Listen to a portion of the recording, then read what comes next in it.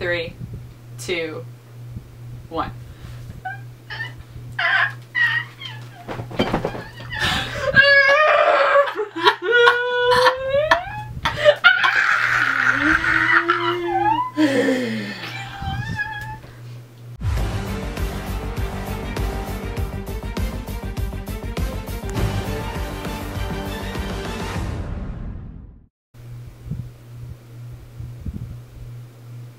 Say it. Liam! Liam! Oh! Oh! Oh!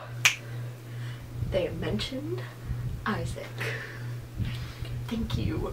Though no one has said that he's just chilling in France. No one has dropped that little tidbit of information. If you're a Not casual here. watcher, you don't actually know where Isaac went.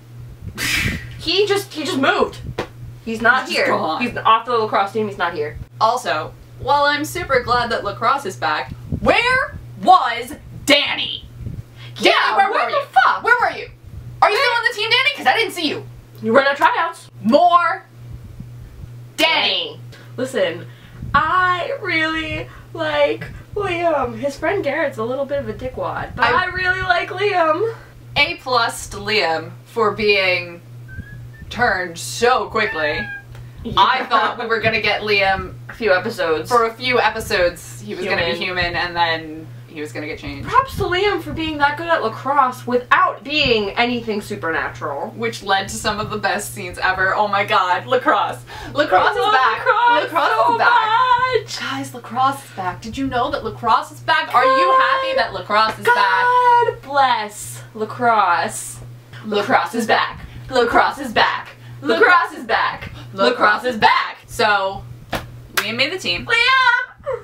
I was kind of hoping that Styles was gonna be. I'm like, I know that Good. it's funnier when he's not good, but I was hoping there was gonna be some sort of development from the end of season 2. Nah, man. Nah, man.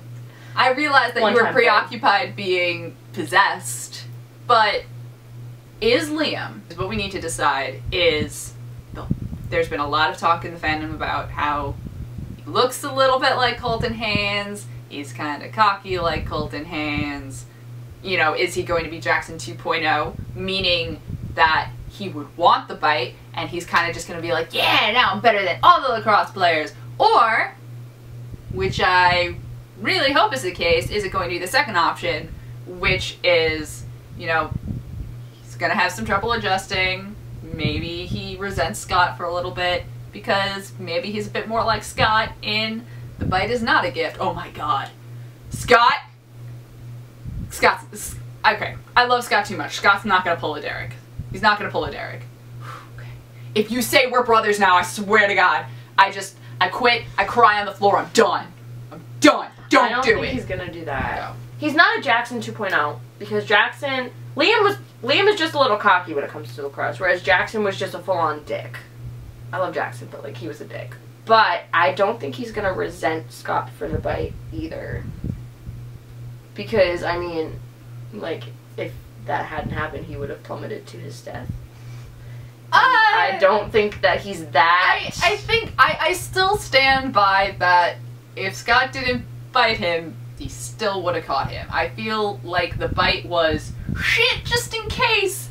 It's okay, I saved you anyway, but now we have to deal with consequences of the fact that I bit. I'm pretty sure the bite was just so that he could hold him, because then he turned around and caught him. That's a good point. So but he didn't, because the guy only died because we found out that the mute was on the roof. So Scott didn't need his hands at all, but I still think that's a good point. I don't know if he used his mouth. I'm pretty sure he pulled the Styles and used his mouth as a third hand. Yeah, because then because he was like holding, and the guy had his one arm, and he couldn't do anything because he was holding Liam. Okay, if that works, okay, then let's go with that. That's what I think. That hurts my soul less. Let's go with that. That's what I'm pretty sure it was. But yeah, so Speaking of soul-hurting moments, this can go many ways. I don't know which way. There were a lot. So I was like, let's just open up the platform of what hurt in this things that episode. hurt. Okay, things that hurt. Didn't need Liam talking to his stepdad. I cried. Both of us were down for the count. I thought it was his fault. How was it his fault? I just just like Scott. You have a guilt complex. You're gonna fit in Beacon Hills just So fine. great. You're gonna do so Everyone well. in Beacon Hills has a guilt complex. Oh man. Mama McCall almost getting eaten alive. No, stop touching her. Don't. No. Mama and Sheriff? Yes, Yes. that was sad. That's exactly what I was going for. I know. I was like, when did we get a day I know. off? Like, literally, just ask her out.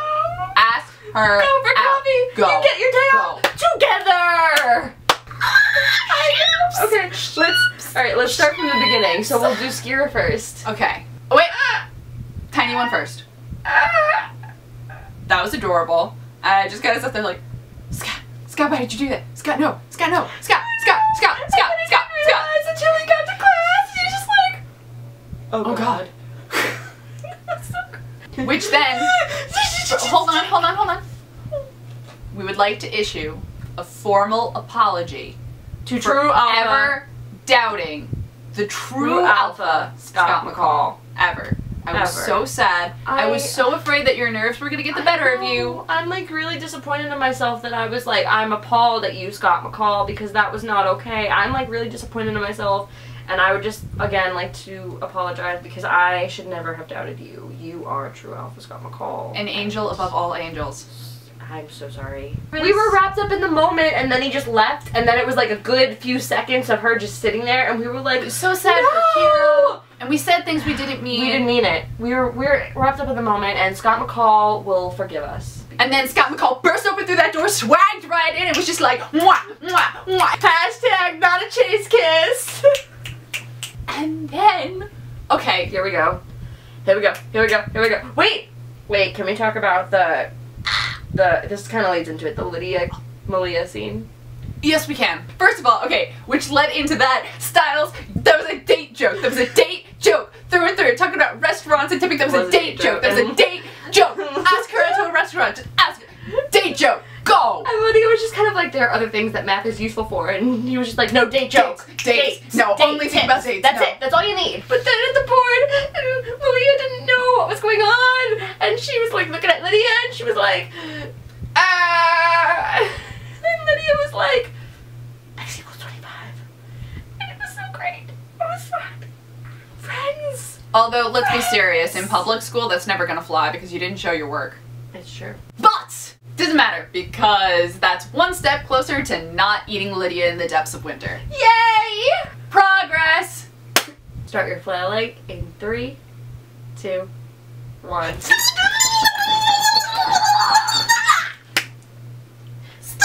This is by far my favorite Stalia moment so far. What was your other one? The other one being I'd Never Leave You Behind car scene. That in was a very cute one. The pilot episode. Yes.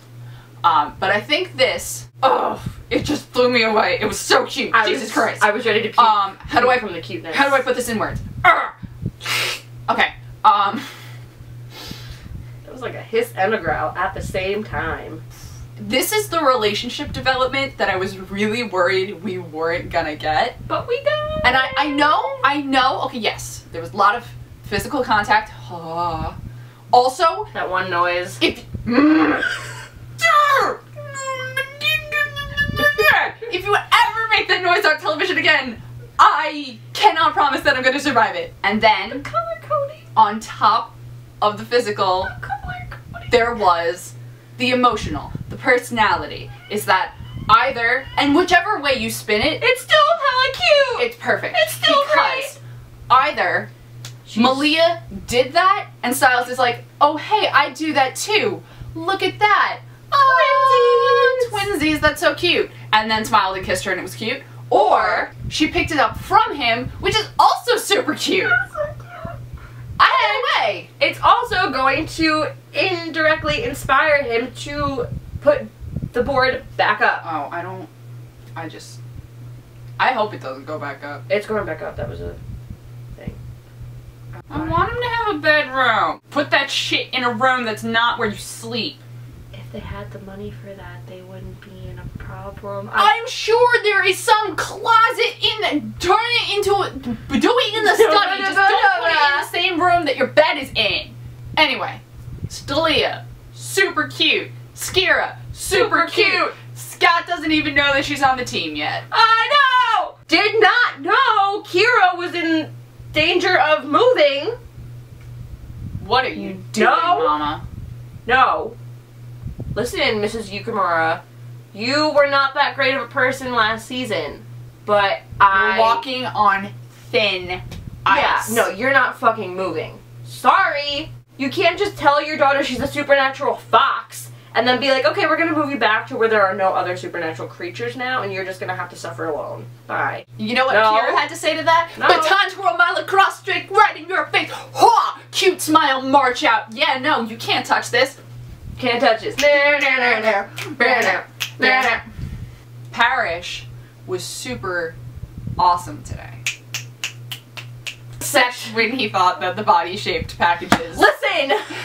were not bodies. Wow, they have a venison freezer under their house. Wow, they are they butchers? Cause Where- you know, that's kind of weird. Oh wait, no, it's a corpse. Where did you become certified to become a cop? Are you kidding? Did you pass biology? Are you kidding? Have you lived anywhere ever? No! You don't need to pass biology to know what a human body looks like. Maybe the sexual tension between Parish and Lydia was just too much. And he just wasn't thinking clearly. He was just like, Because wow, there was so venison. There was so much sexual tension. in this. I was just gonna say, I don't know what it is, but Lydia has sexual tension with every single It's just- goddamn it's just character. Lydia. I know, and I love her so much. It's so but great. it was so there. It was like really bad. Parish is getting more screen time. It's coming. I just want to know, what are you? What are you? What are you? I'm nerding here we go. out over the fact that we have Wendigos now. Also, thank you for saying Wendigo, because on Supernatural it's Wendigo, and that just weirded me out. Wendigos. Wendigos. Wendigos, Wendigos, Wendigos. Also, please go through the mythology, because I want to know my third mythology for Wendigos, because the two that I know are completely different. Would you like to have a lesson in Wendigos? There you go. Okay, so the first time I heard of a Wendigo was on Charmed. In Charmed, a Wendigo is a wounded lover. So basically, like, they feel like they get their hearts ripped out of their chests from some breakup or some romantic loss, and they just become so sorrowful, and that attracts Wendigos. And then if you get bit by a Wendigo, You become one? you become a Wendigo, and on the full moon, you like to eat hearts Okay. and make other people literally heartless. And then in Supernatural, they live in the woods, they're snackers, they can go for a really long time without eating. They are basically cannibals who eat so much that they just become these creatures called Wendigos. You have to kill them with fire. They have mimicking powers, so you're in the woods. If you were in the woods with me and we got separated, the Wendigo could be like, hey, Brianna, come help me, in my voice, and then it would eat you. Please, instead of just name-dropping Wendigo, I was making gonna me squeal say- like a supernatural fangirl that I am, and then walking away and never I discussing was Sean gonna ever say- again, Jeff, please, I'm such a supernatural mythic nerd. Please just give me backstory on what these creatures do. I was gonna say, I feel like they're not really gonna... No, please. I mean, they might, like, give, like, a quick explanation, but I don't think they're gonna delve into all of... Because they said that there's gonna be a lot of supernatural creatures. Please just, like, So. give Deaton 60 seconds. They might do that. They might do that. That's all I need. That's all I need. Every time you introduce a new creature, I don't, like, it doesn't need to be a whole episode. You just need to give Deaton a couple minutes to explain what it is so that I have enough to just catalog it down in my own little Teen Wolf bestiary so I can keep track of all of the things and what they do. Dude, can we do that? Let's make a bestiary. New They're project. giving them out at San Diego Comic-Con. No! I know. I know. I know. They're giving them out free at San Diego. This is a call. Anyone who's going to San Diego, please just... If you get us a bestiary, listen, you don't even know. We will probably... I don't even know what we'll do, but, like, it'll be great. If you go to San Diego Comic-Con and you happen across 2 extra bestiaries, please let us know. Please. I just love Please. mythology so much. Literally all I want is a bestiary. I just want a little journal. I want it so bad. I love mythology. Please. I'll take Deaton telling them, or I will take Peter.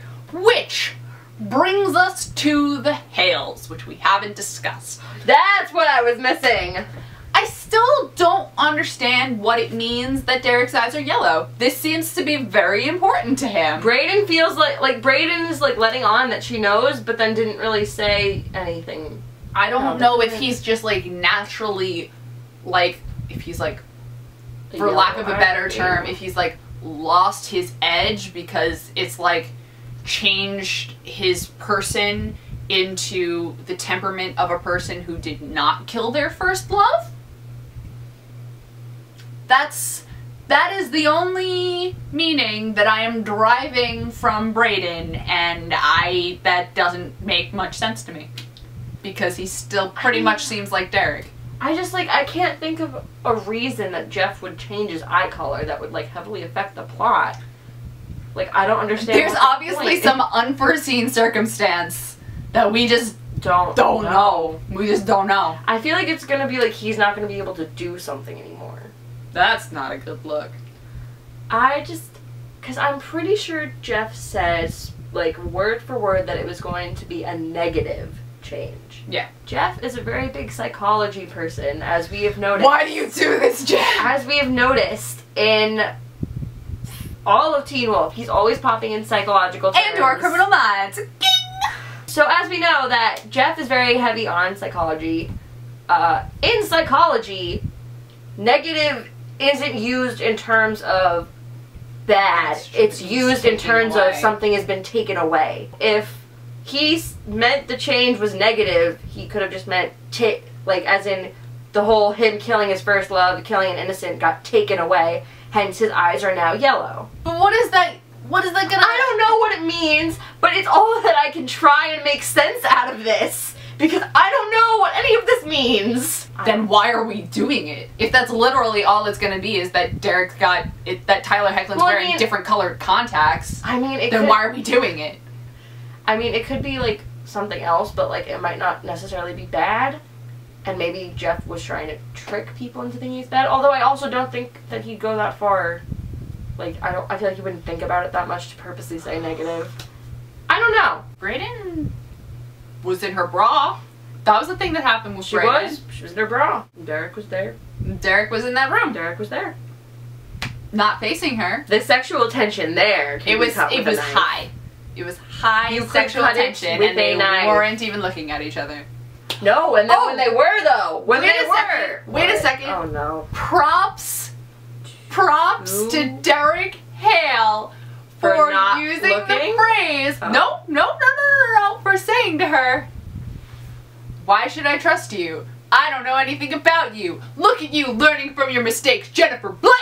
Learning about someone before you sleep with them. Oh, Derek, such character development. You've come so far. God bless. Congratulations. And Peter was a Peter was so done. Peter was so done. She just slides the paper bag. You're impossible to work with.